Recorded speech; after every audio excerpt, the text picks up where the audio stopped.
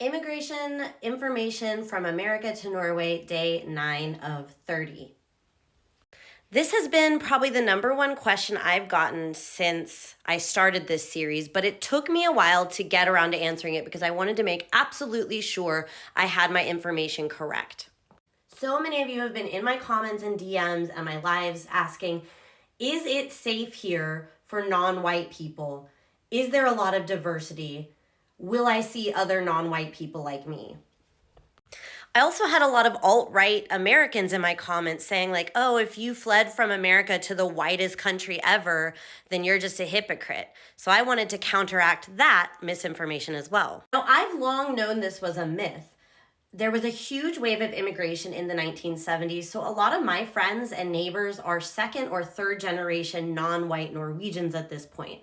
Not to mention that Norway takes in a lot of asylum seekers and refugees. Anecdotally, I know this. My favorite rap group is named Karpe. They are composed of both native-born Norwegians, but one has Gujarati, Northern Indian origin, and one is half Egyptian. My other favorite rap artist is Moroccan, and he was born in Norway, or at least raised here from a very young time. I know these things intrinsically, but you guys kept asking, and as a white person, when you're asking me, is it safe here for non-whites, that felt really tricky for me to answer, right? Because it's so easy for me to sit here and say, oh, sure it is or not. I wasn't sure how to answer, but so many of you were desperately asking me. I could almost hear the fear and the desperation, so I felt I have to give an answer.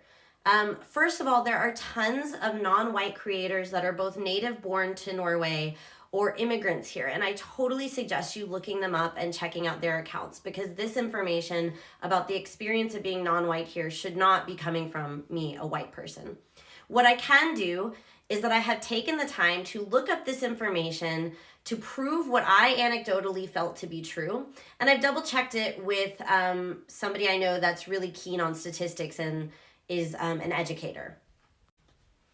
So the way I decided to look into this is to compare the base populations of both America and Norway, and then calculate the number of anybody that is an immigrant there, or anybody who was born to either one or two foreign-born parents. So maybe they were born in Norway or America, but their parents were not. I took that total in both America and Norway and calculated it as a percentage to show you. The population in America is roughly 334.9 million. Of that, there are at least 18 million children born to at least one foreign-born parent in America. 18 million of 334.9 million is 5.37% of the American population that is born to at least one or two foreign-born parents. We also have about a 13% first-generation immigrant population. This means that America has about 18.3% either first-generation immigrants or people who were born to foreign-born parents. Norway has 5.52 million people, of which 877,000 are immigrants. That right there is 15.9%. Norwegian-born people with one foreign-born parent is 234,200, and Norwegians born with immigrant parents is 18,000. Add that up, you get 448,000, which is 8.14% of 5.5 million, the overall population. So when you add the 8.14 with the 15.9, you get that Norway has about a 24% rate of people being either immigrants or born to foreign parents. As I said, I asked my friend to confirm these details with an independent analysis, and he confirmed that America's rate is about 18% and Norway's is anywhere between, according to his calculations, 18 and 25.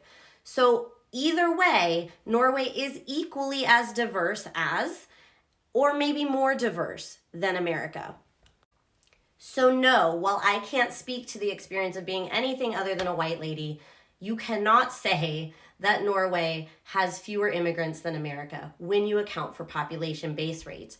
The other thing I can say is that police brutality against non-white people, of course, happens. Racism happens, but when I see it happen here, it is taken seriously, it is prosecuted immediately, and people are still demanding justice a decade later. And so I think that it is both more of an anomaly and also something that is taken quite seriously and prosecuted better, and just not something you see nearly every day in the same way. But other than that, as to the actual experience of living here, I don't think it's my place or my lane to speak to that. I do recommend you find other content creators who are non-white living in Norway, whether they're native born here or whether they immigrated.